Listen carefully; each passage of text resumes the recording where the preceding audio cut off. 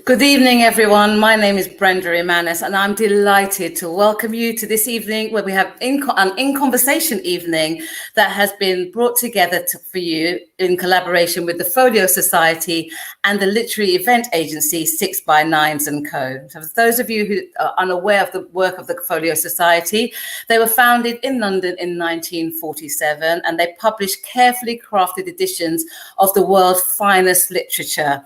They believe that great books deserve to be presented in a way that is worthy of their content.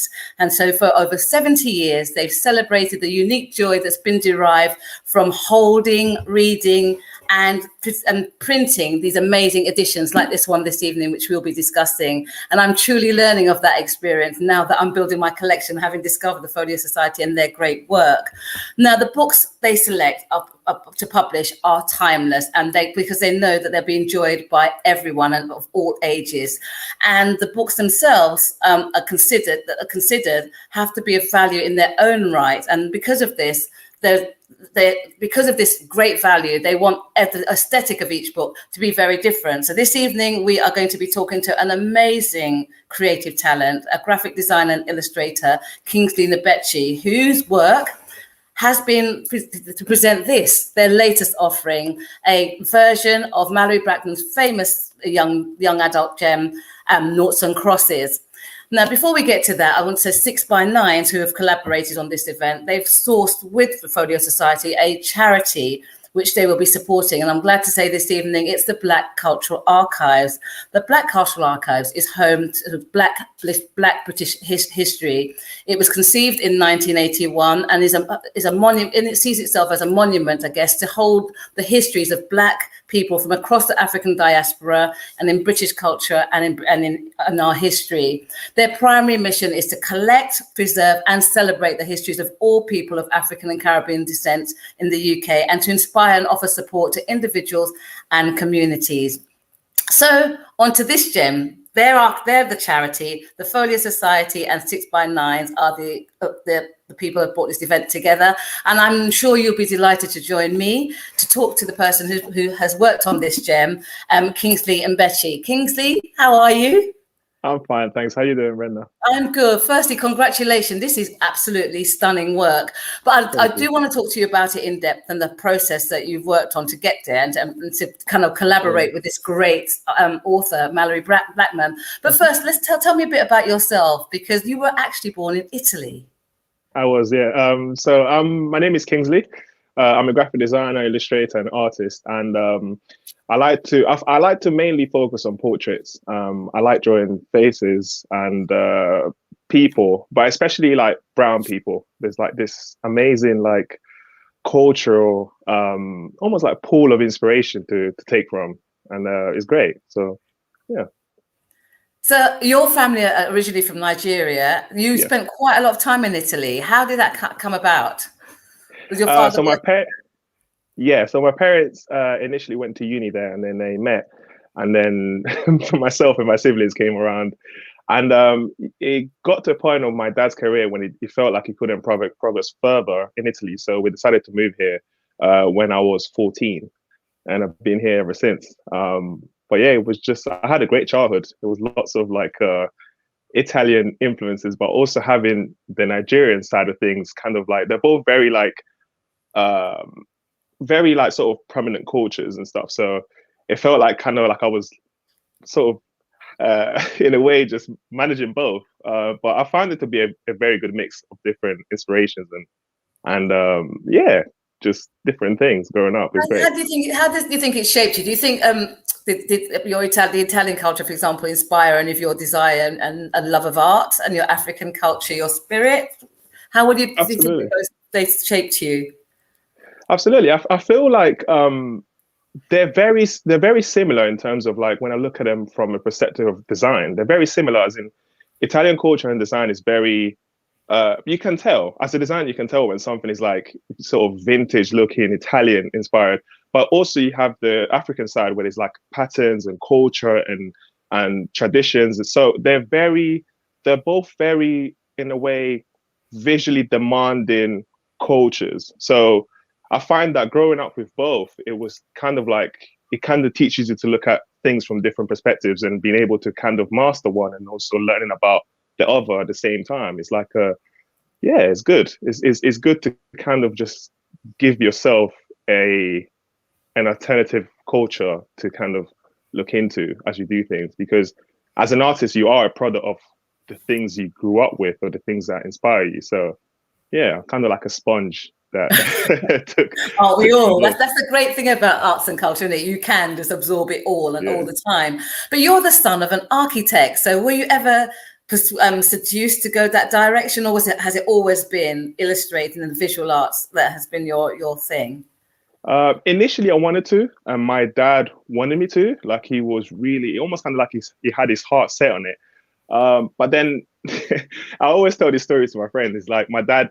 I told my dad that I wanted to give it a try to be an architect, and he goes to me, "Yeah, sure."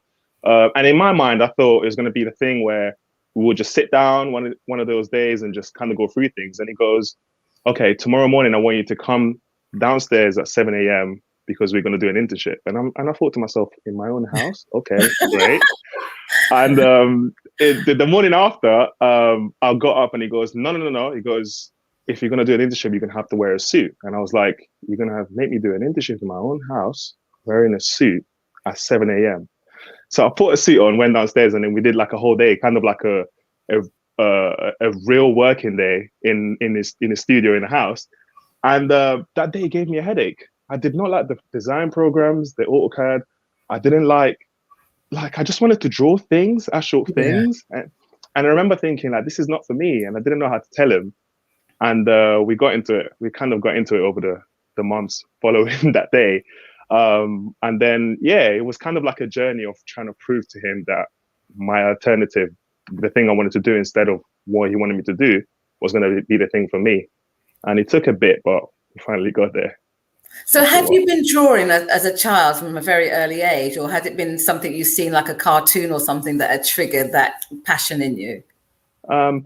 Initially, it was my dad taking me to the studio he was working at. So there was like lots of different architects drawing on their tables and stuff. And I remember looking at it as a child, like it was just amazing because you get to see an architect drawing something, but then they'll make physical models of the buildings they're working on. So you look at the sketch and the final sort of idea of it, and it's great. But then after that, it was kind of like just cartoons, a lot of cartoons, and just looking at the way some faces and some cartoons are drawn.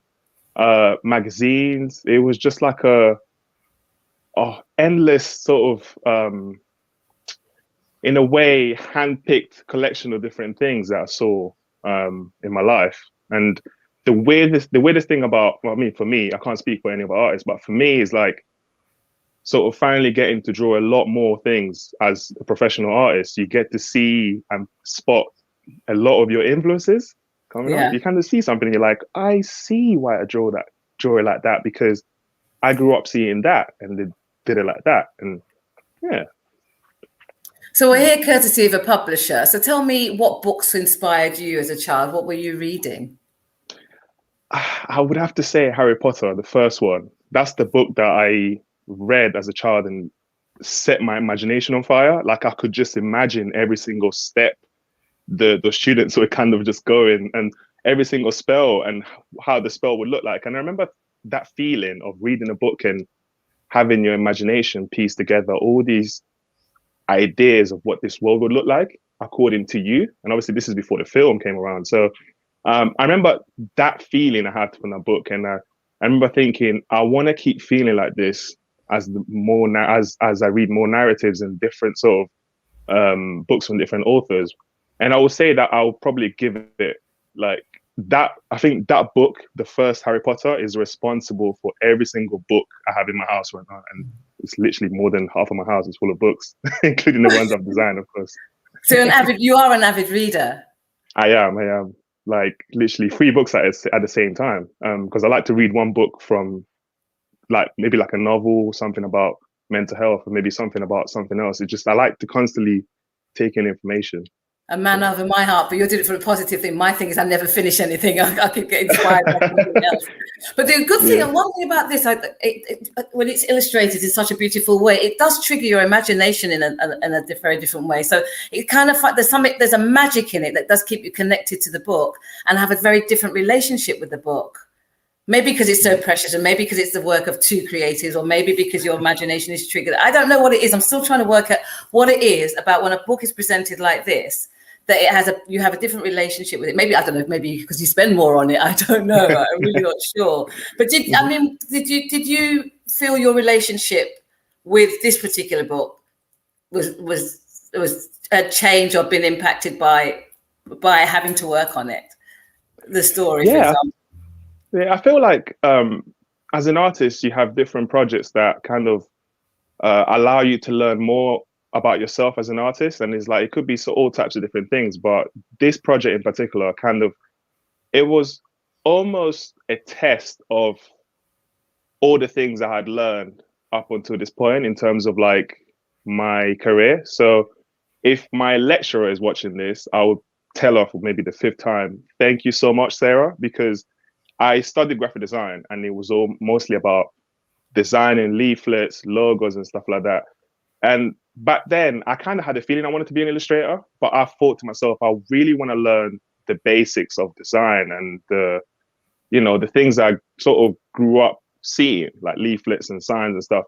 But then when the project came about, it was kind of like a chance to have the two, sort of the graphic design side of things and illustration side of things, connect. So I wanted like the logo, kind of like how the logo is now, is like at the front. I wanted that to almost kind of like represent my graphic design side, and then I wanted the illustrations to be my illustration side. And the way that the two kind of come together with the sleeve and the book, it kind of, to me, is like the two things I love doing the most, kind of in one thing. So it was like a chance to kind of think like a graphic designer when it came to the sleeve and the pattern inside the book, and for the rest of the book, which is the illustrations, to think like an illustrator. And I just enjoy sort of tapping into both to get things done, and this was like the perfect chance to apply both skills to one project.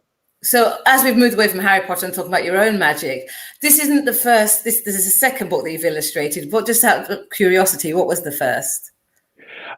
It was actually, from start to finish is the second, actually, I would say. The start to finish is the second.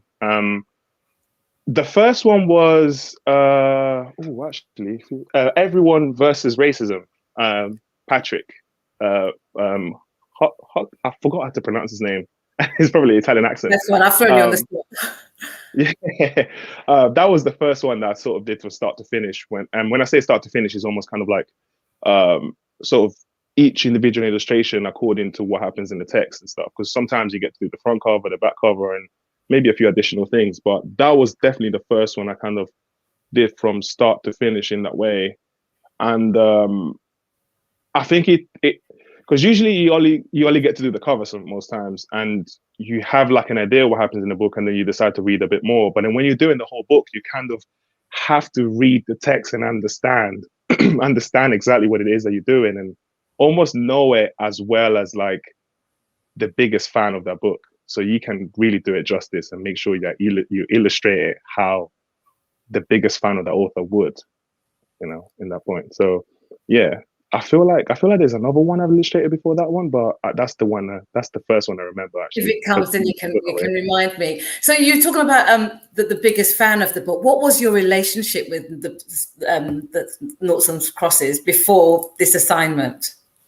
So I didn't know it very well because I grew up reading different books. But then through speaking to my friends, they would sort of mention the book, and I remember like having a conversation. I think it was my girlfriend or somebody else, and then she was telling me how good the story was and how much the original book meant to her.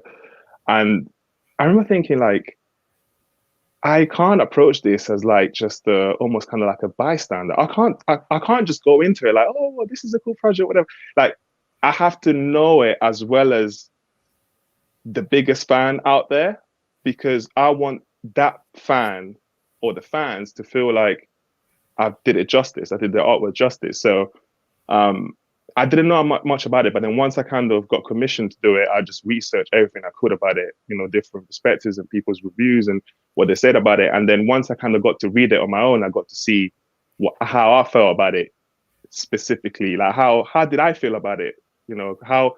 What would my visual voice look and sound like? And yeah, in a way, the project was like an exploration of finding out how the narrative made me feel and how I would illustrate that stuff. So how did it, when I read it, it reminded me of, because I read it after I think my daughter's read it, and when I read it, it reminded me of how I felt when I first used to watch Roots. That kind of, it's a trigger, it's a really emotional piece, like ripping a plaster off reality in a sense. How did it make you feel reading it when you read it first? It made me feel like I was seeing, and I had a narrative that almost satisfy my curiosity, because sometimes you think, like, sometimes you have conversations with your friends and you're like, imagine if this was this, and then it kind of stays as like a wonder. It's like everyone has their own idea of what that would look like, but then when someone comes along and says, here's how things are, and here's an alternative reality where things are flipped upside down and is in a different way, you get to read, and obviously in this case, it was reading about it first, you get to read an exploration of that question, of that what if. And it made me feel like I was almost kind of like being schooled on different themes that I didn't really think about in depth until I had it in front of my face as a brief, And yeah, it was like I kind of treat my art as like self-exploration. And the more and more I progress in my career, the more I find out about myself and the things I like and the things I didn't know I liked. And, this book was like a good component of that, because I learned so much about my artistry and myself as a person through the project. And those are some of the most meaningful projects to me, because anybody could draw anything, but what have you learned from it? And what are the things that make that project so unique that you could find the book in 20 years and be like, I know exactly what I was doing that day or that week or that month or that year I was working on that. And that means the world to me, really. It's like a bookmark in life. You certainly can't ask for more from that from a book, can you? And you can understand why you'll be one of the ones that were chosen by the Folio Society. You are a fan of film. I know it's one of your inspirations. So seeing the film and the series on television, rather, did that have any influence on you at all? Did that trigger you or inspire you in a different way? It did. And then obviously when the series came out, I got to do some illustrations for the series. And looking back at that, I can honestly say that it gave me that understanding that was one way of executing the visual meaning of this narrative. And it's almost kind of like when you're in school and the teacher says, everybody draw something, and then you don't know what to do, and then you see someone next to you and they have a version of it, even if like draw a stick man, and then your classmate will draw it a certain way, you can't now go and draw the same thing. You have to draw your own version. So I looked at the series, I was like, this is great, but what would my version of this universe look like? But then also, how could I make this universe look in a way where you pay homage not only to the fans, but also to the author? So the author can look at it and be like, wow, this is similar or close or exactly what I was thinking. So it was almost kind of like a journey of making myself happy as an artist, but also making other people happy and paying homage to this amazing narrative that's been around for so long, without trying to take away from it or trying to forcibly add something to it. I just wanted like an additional dimension. So reading it and setting your imagination up, you could look at the images and be like, oh, cool, I have an idea on what this specific version of this would look like. So that's what I was trying to say when I was talking about that it gives you a different relationship and connection with the book. You've put it much more beautifully than I did. Now, before I want to deep dive about the whole process. But before that, you talked about wanting to please the author, because it's her voice that you're reinterpreting and reimagining. So when you met Mallory, and I know it was quite a humbling experience for you. It was. She just took me by surprise when she just hugged the book. I was just like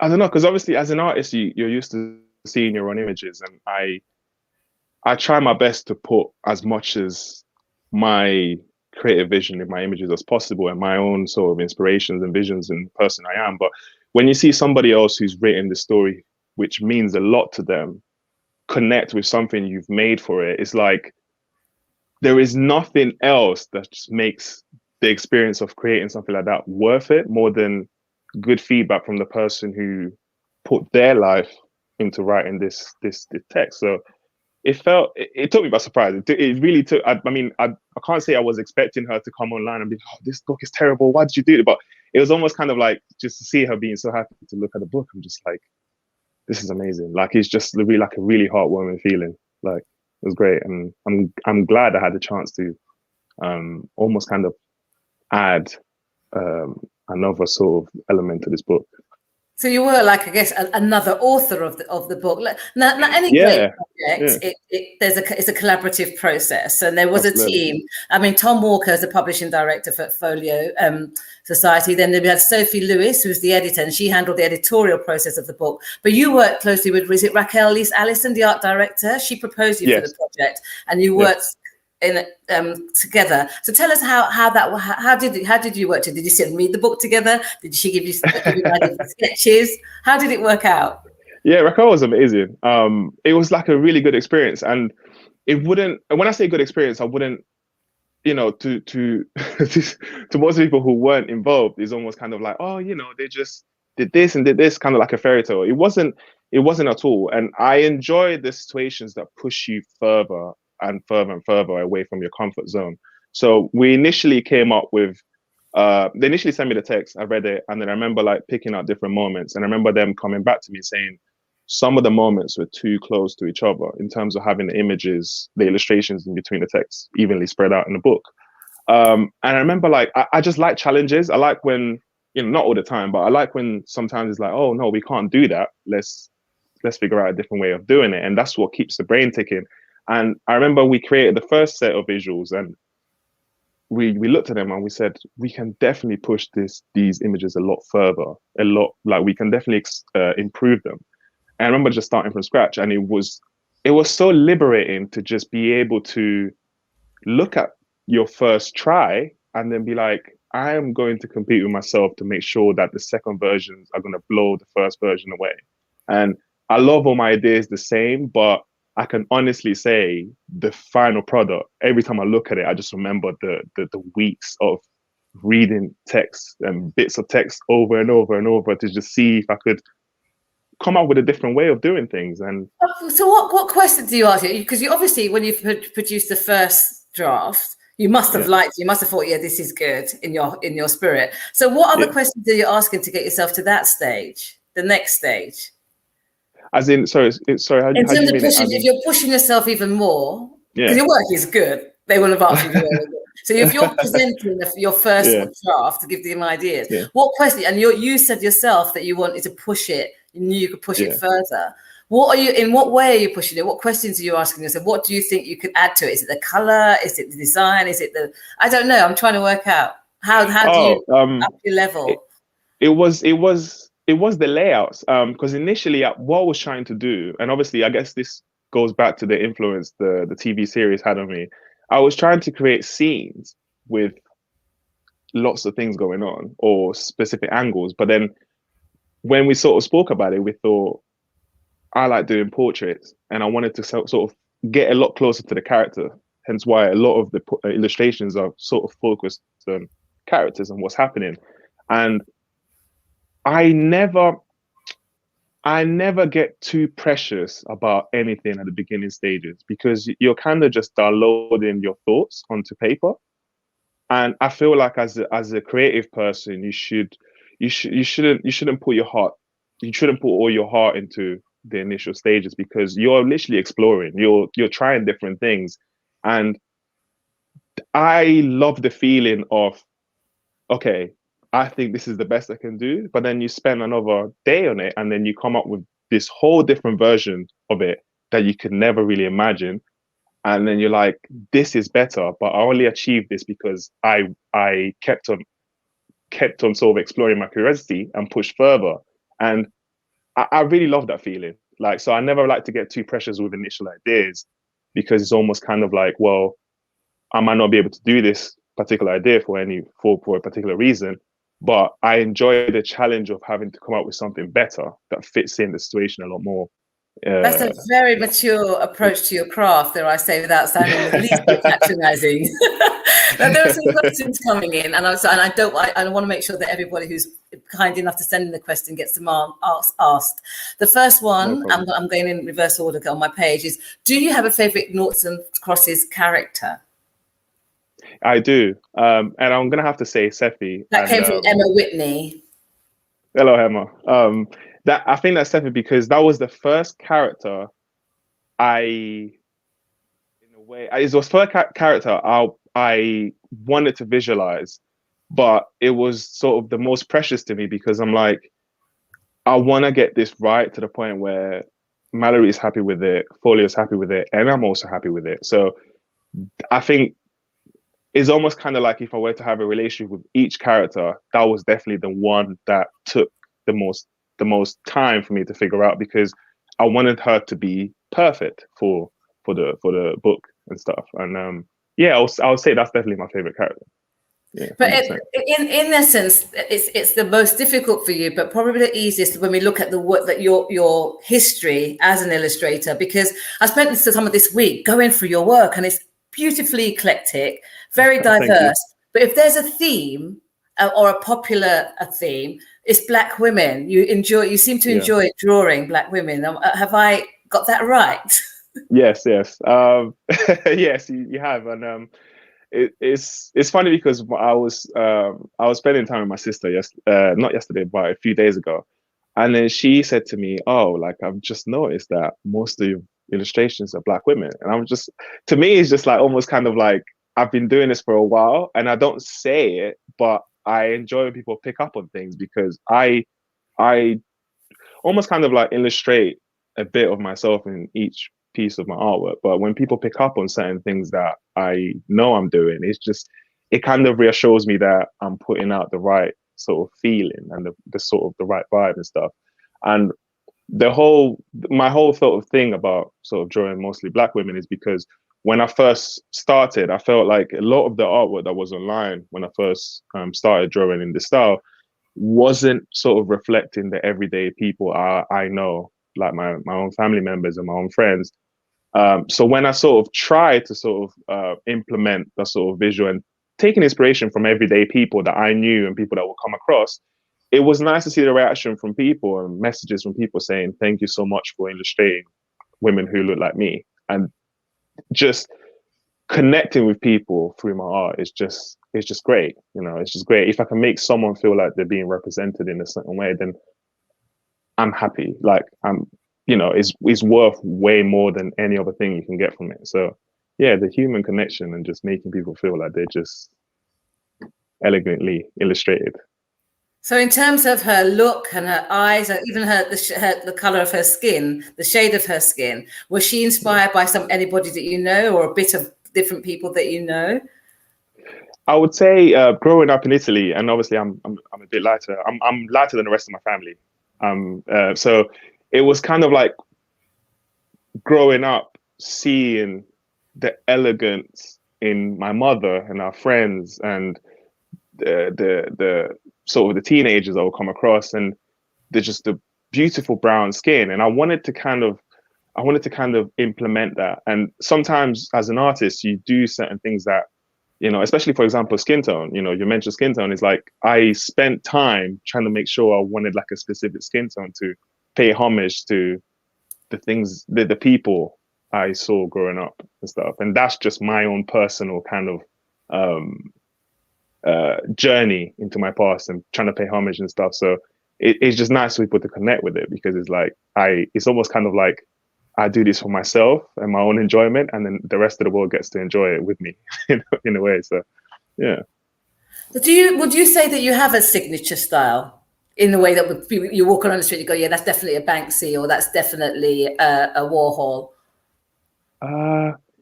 It's hard. So initially, no, because I was creating artwork that I felt to make. So it was almost kind of like it was almost kind of like saying if you say to a child, here is red, green, blue, and yellow, which you can only use one to draw, which one would you use? And then the child chooses green.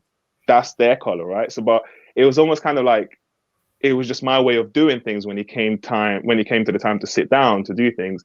But then over time, people would send messages and I'd be like, I knew that was you. And I'm like, how? But then when over time you look at your collection and your work, you're like, okay, I could understand how someone would look at that and be like, it's probably You him. found your voice.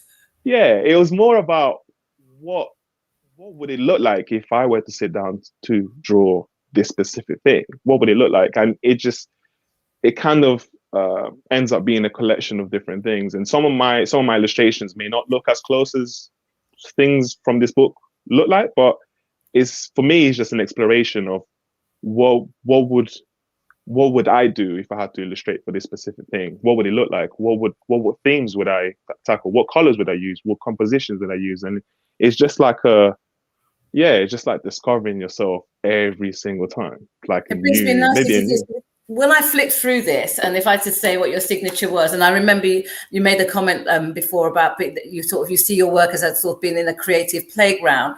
If it's one thing you do seem to play with, is color. Is color your thing? It is. It's funny because you kind of initially start with the sketch, which is like a really loose scribble, and then you move into the line work, and then you see whatever's like a person or an object.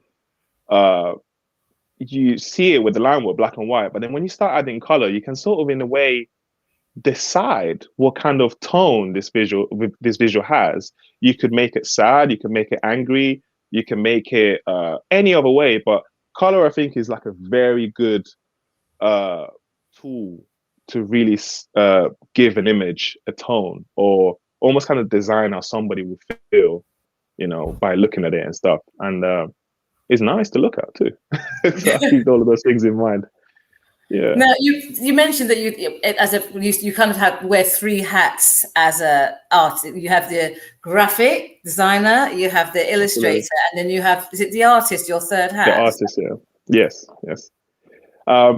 So I would say like my graphic design side is logos and anything to do with print, which I love doing so much. Typography as well. I love doing typography for my own books. And the illustration side is all the images you get to see, and the artist side is the exhibitions. And I use exhibitions almost kind of like how music artists use an album. It's almost kind of like to define a time in their lives. And I've done 2 exhibitions so far, and I can look back at both exhibitions and I can honestly say those exhibitions were almost kind of like a summary of my career up until that point.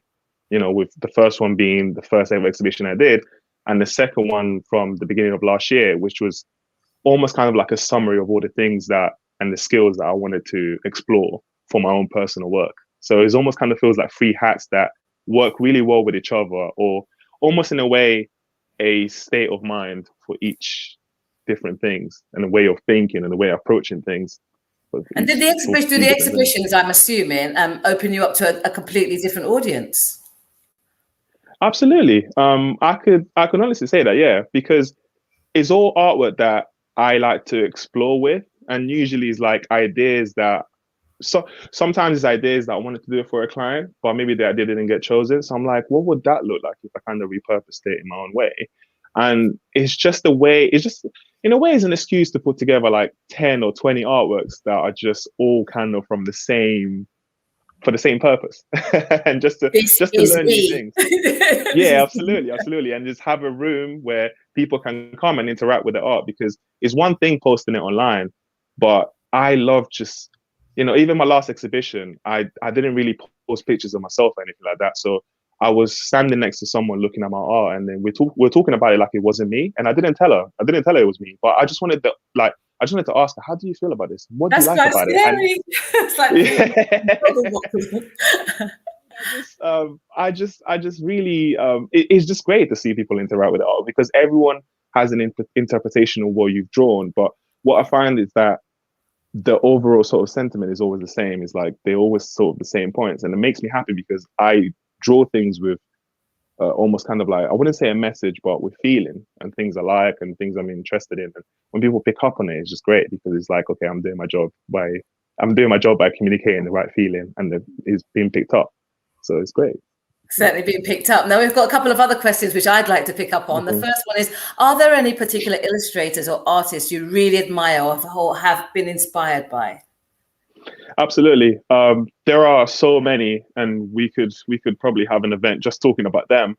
But I would say that the one that kind of set everything in motion when I was at uni was Jamie Hewlett, and is the illustrator who drew Gorillas. Oh, that's right. I remember that. That's really strong. I love his work. But the thing for me about him is that he had this comic book called Tank Girl, and it was about this almost kind of like rough around the edges woman in the desert, and she was just, sort of doing what she was doing.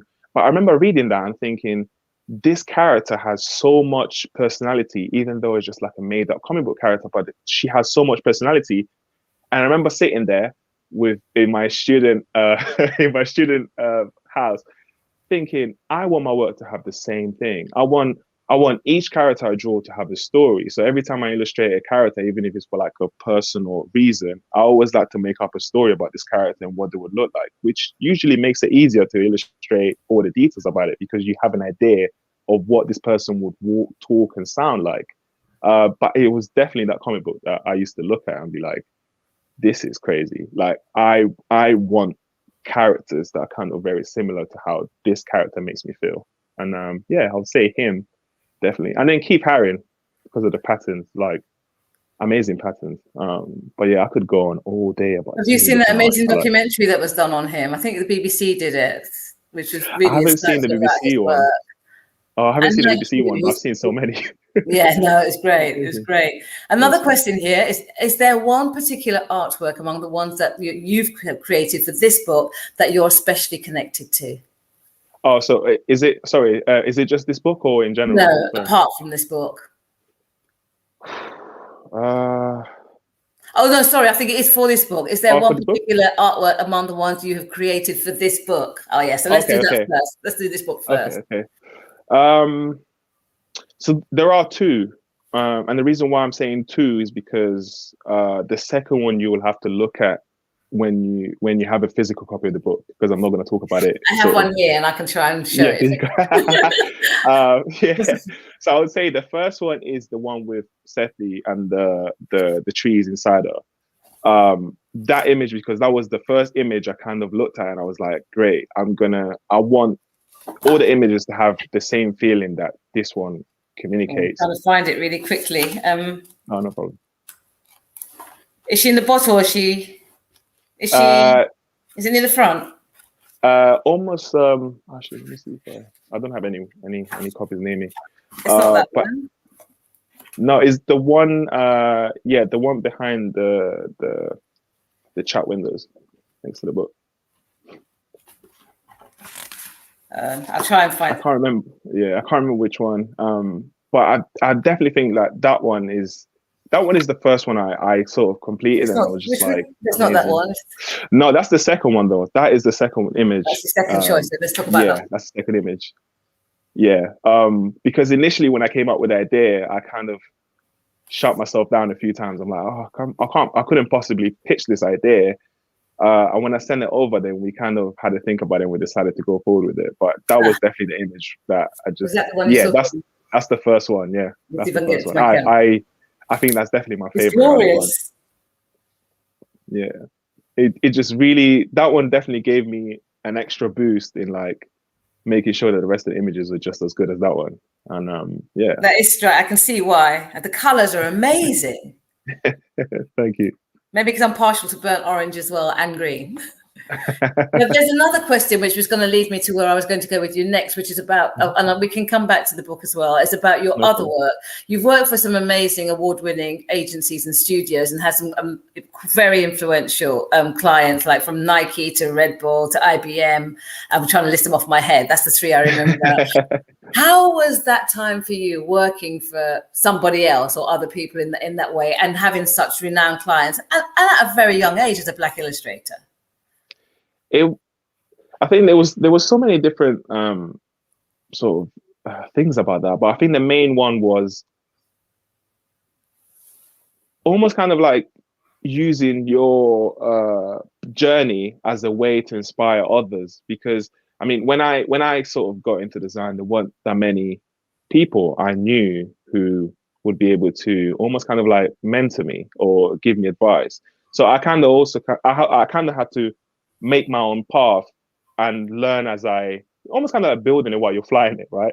So you just kind of just learn as you go. And the one thing you always keep in mind, obviously as a student, a young professional or a professional or whatever, but you kind of always keep in mind that it's always about the work first. It's always about your relationship with your artistry, and do you get comfortable with certain things, or do you keep on pushing and keep on wondering, how far can I push this? How is my art teaching me about myself as a person, or what kind of art do I make in different parts of my life? And I think just working for a design agency, a big design agency, kind of lets you up, kind of have like almost kind of like a crash course at that. It's like you work on so many different things with people who are way more skilled than you are, and you force yourself almost kind of like you force yourself to put yourself in a spot and to just absorb everything that you learn. And then eventually when you get your chance to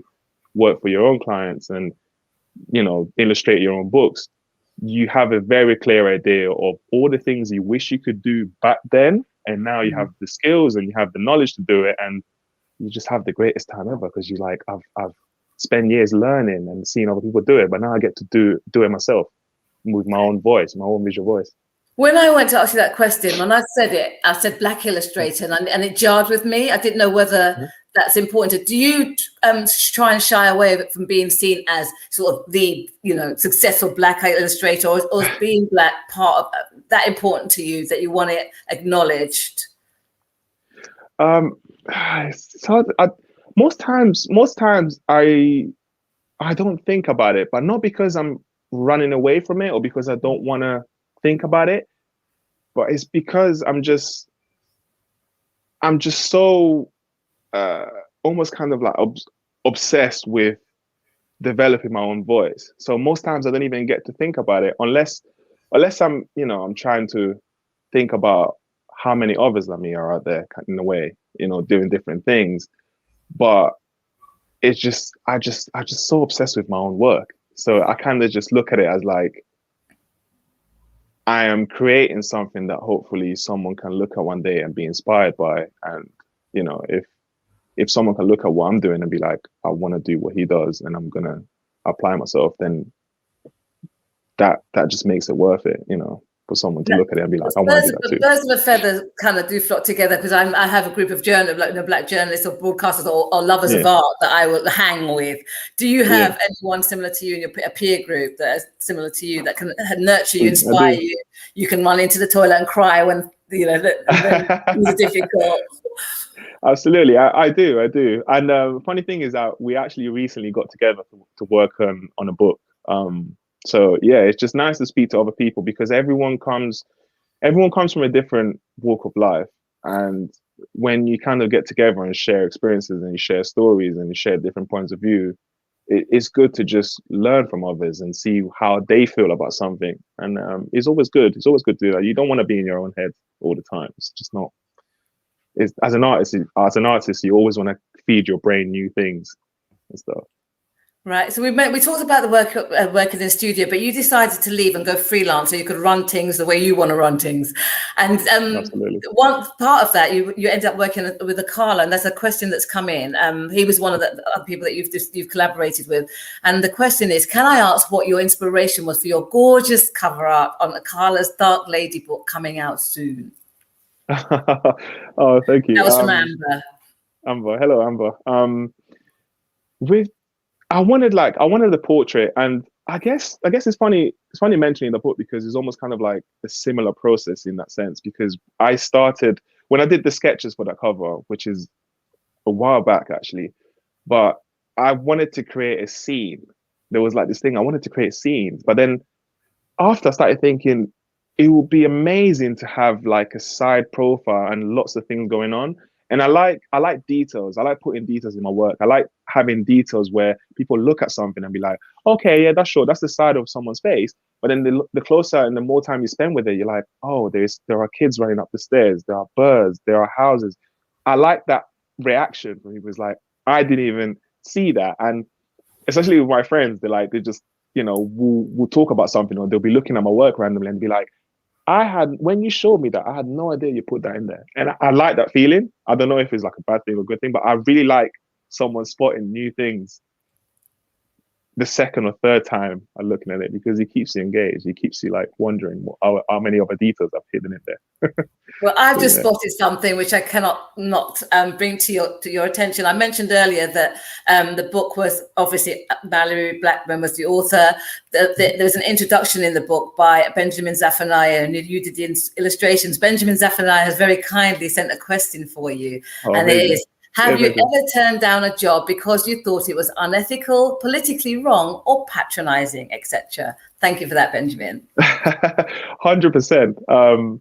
And if if I must say something to all the creators out there who maybe they're hustling to get some to the point where they can do that, or they're working hard on something that they don't want to do because they have to do it.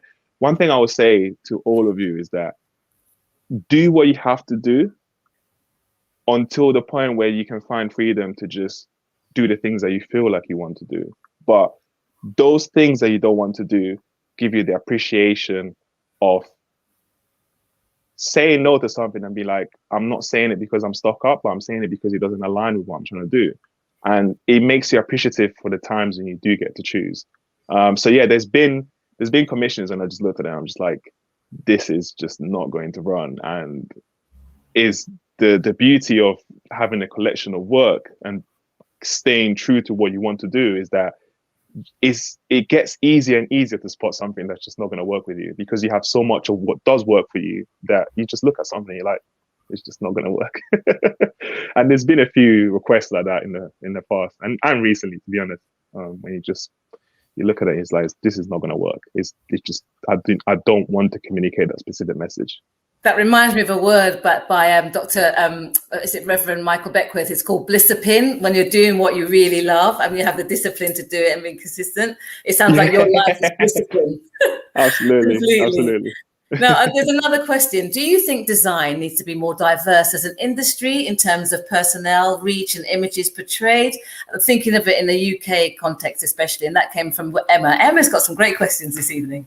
Thank Hi, you, Emma.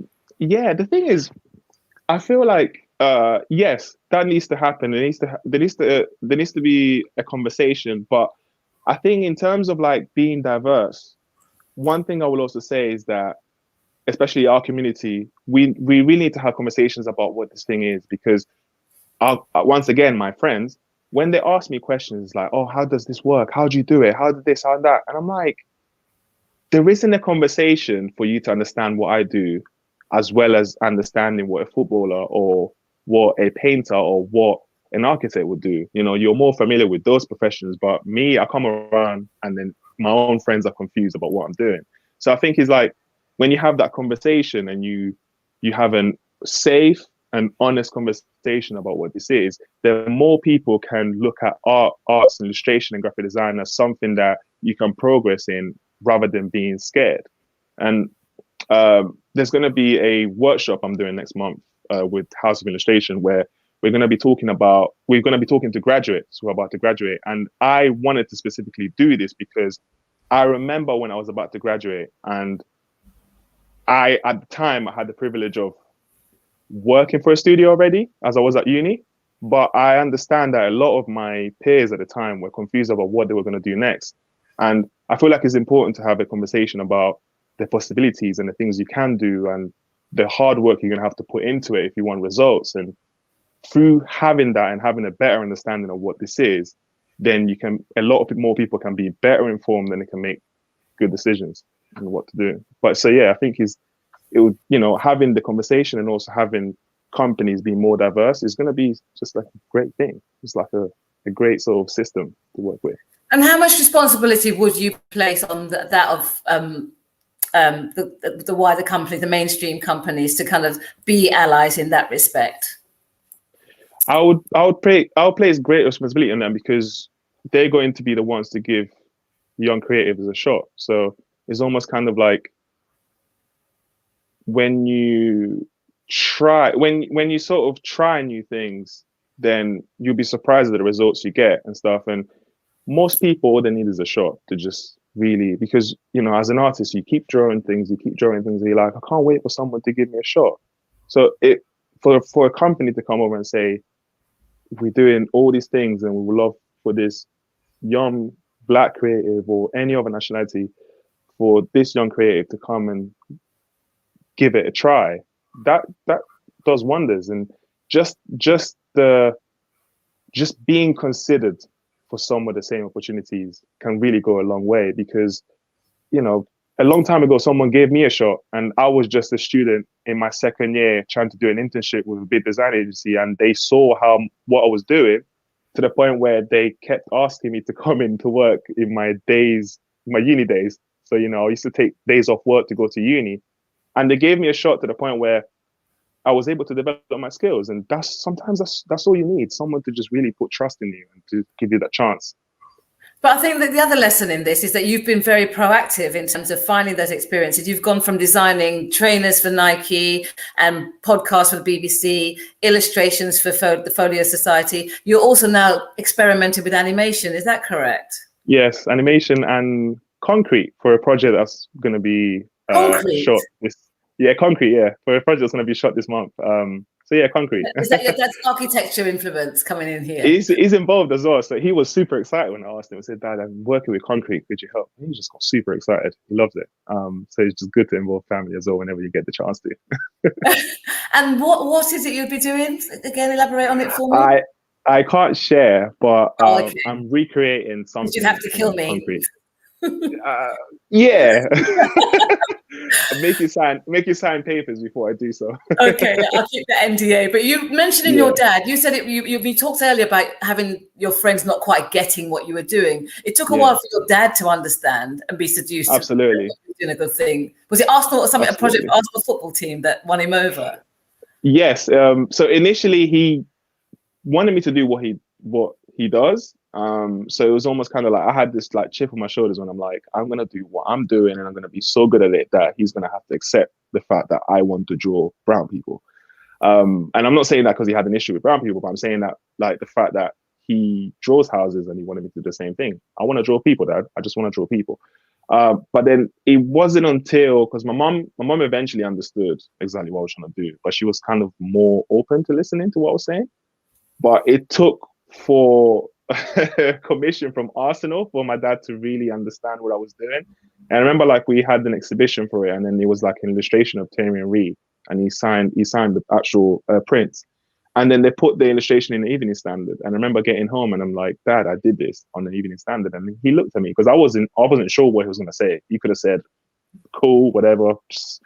But he looked at it and was like, can you just drive to like every single newsagent and pick up every copy you see? And I remember just like picking up the copy and going towards my car like, did he really say that? Was he joking? Does he want me to drive to every single one and pick up?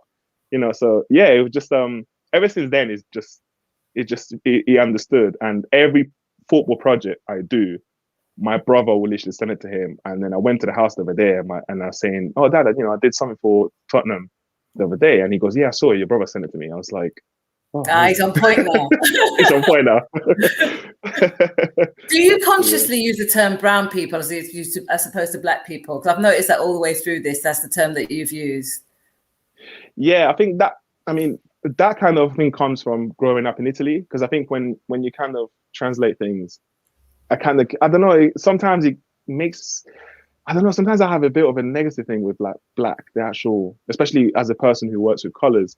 So I kind of prefer brown people because it's almost kind of like very, it kind of reminds me of like melanin and all those things. And I just like the term. It makes me and also people described my work before as brown people, and I really like the sound of it. I was like, that's I like that.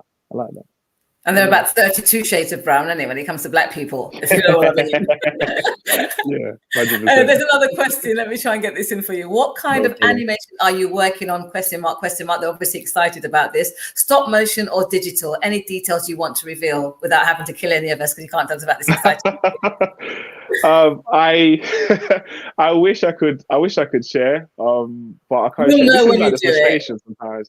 Yeah, it's a frustration sometimes because it's like, certain projects where I would have a friend that's just a big fan of something, and then I'll get approached by whatever it's an artist or an author, and then the company or the agency commission, just they say you can't share, and I'm just sitting next to my friend, and I'm like, I wish I could tell you I was illustrating something for your favorite artist, but I can't. I can't because the minute I tell you, you're gonna want more, and why would I tell you if I would have to kill you after? So it's just so I'm so sorry I can't share. However, I will give you something in exchange because I'm not gonna not give you things and just leave you there. Uh, I'm coming back with my online shop. We've worked on like mugs, prints, and t-shirts and stuff, so that's gonna Brilliant. be coming up soon. And also a few other things I'm working on as well. So just stay tuned. And a bunch of Before other we run stuff I out of just haven't time, posted yet. I've got two more questions. I'll do No problem. I'll guess first, and then I'll quickly ask you. First No one is: problem. do you have a dream project, a particular book that you would love to illustrate, for example? In fact, that collaborated with my question. My question was: if there was another book that you could illustrate, what would it be? I A would dream love client to. first, and then book. Yeah. I would love to. It's hard to say. Do you know what? I mean, I feel like my dream book. I'm working on it now as we speak. There's a project I'm working on at the moment, which another one I can't talk about, but it's going to be great. It's going to be one thing I can say is that it's going to be me from start to finish, as in the picture book. There's going to be lots of spreads. There's going to be me from literally from start to finish, including the cover. So for all those who love to see my work in over and over, there's going to be like literally a book for young audiences that's going to be from start to finish, literally all me. And I'm working really hard on it, and you'll get to see that at some point. Fabulous. So And of yeah, I all the think books that's that you've read or you've seen in a bookshop or you've looked at the back catalogue of folio, is there any other one that you'd love to illustrate? I would love to. I would love to illustrate something like because I know Folio's done Dune before, which is like a story in a desert. I would love to do something like a bit sort of far out from what I usually do because I enjoy drawing things.